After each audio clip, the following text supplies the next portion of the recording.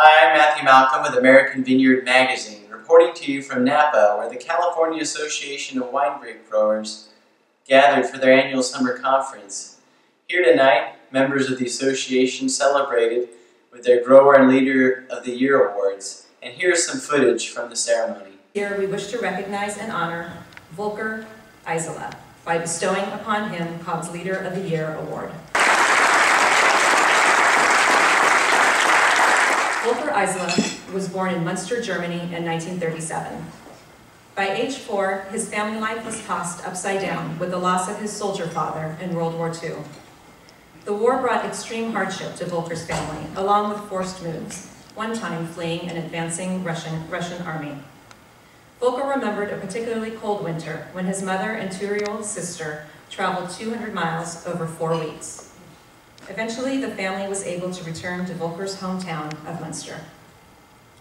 Volker arrived in the U.S. in 1961 at the age of 24. And 2 years later, on a scholarship, he was in graduate school at UC Berkeley, working toward a PhD in sociology and history.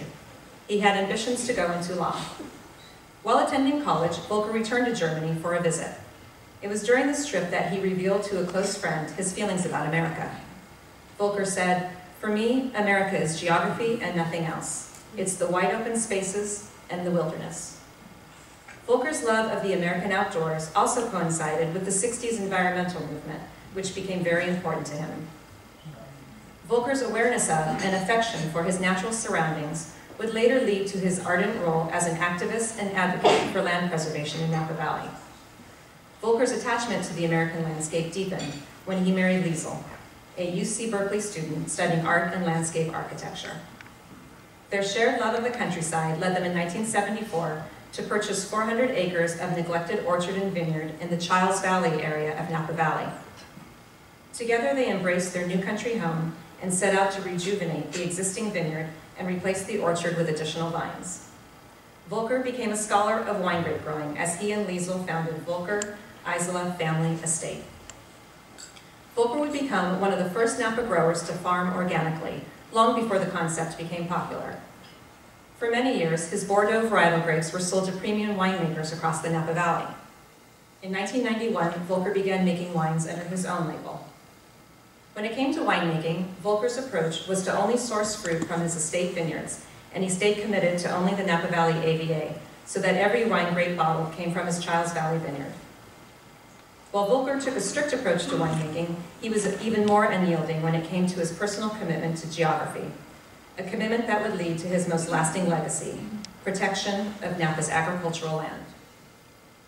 Volker's commitment to agricultural land protection would start with his involvement in safeguarding Napa's Ag Preserve Ordinance. Passed in 1968 by Napa County supervisors, Ag Preserve was the first of its kind land zoning ordinance in the U.S. It was aimed at preventing overdevelopment by establishing agriculture and open space as the best use for the land. But this best use land protection rule did not offer enough safeguards for Volker. In 1988, he became the chief architect of Measure J, a ballot initiative that gave Napa Valley citizens the final say on whether agricultural land should be converted to other uses, stripping that power from the County Board of Supervisors. Considered a radical idea at the time, and with heavy opposition from pro-development forces, Measure J passed in 1990 and sparked intensive litigation that raged for over 5 years. Ultimately, the California Supreme Court upheld the validity of Measure J. In 2008, Napa voters extended the land use law described in Measure J for another 50 years with the passage of Measure P. Volker often stated, "Every great wine begins with outstanding grapes." Volker Eisele Family Estate Wines focuses on growing outstanding grapes to produce several small lot estate wines. Their vineyard is planted primarily to Cabernet Sauvignon, along with Merlot, Cabernet Franc, Semillon, and Sauvignon Blanc. Volker and Liesel have 2 children, Christiana, an emergency room physician in New Orleans, and Alexander, who now manages the vineyard and winery operations. Alexander and his wife Catherine have 2 children, Simon Finn and Tristan Wolf. 2 more Eiseles for the family vineyard. A conservationist, activist, and wine grape grower, Volker Eisele passed away at his home at the age of 77.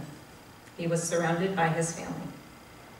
Volker's legacy continues to be felt through his past involvement in the Napa County Farm Bureau, the Napa Valley Grape Growers Association, the Napa Valley Vintners Association, and 9 years of service on the board of directors of the California Association of Wine Grape Growers.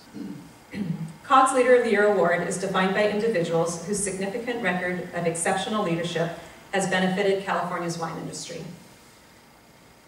Volker Eisele made a significant impact on our industry and achieved a legacy of exceptional leadership. COG is honored to recognize Volker Eisele as its 2015 Leader of the Year. It's growers like Volker Eisele that have led this industry to where we are today, and we need this kind of leadership moving forward to continue our grape growing traditions in California. I'm Matthew Malcolm, CaliforniaAgNet.com.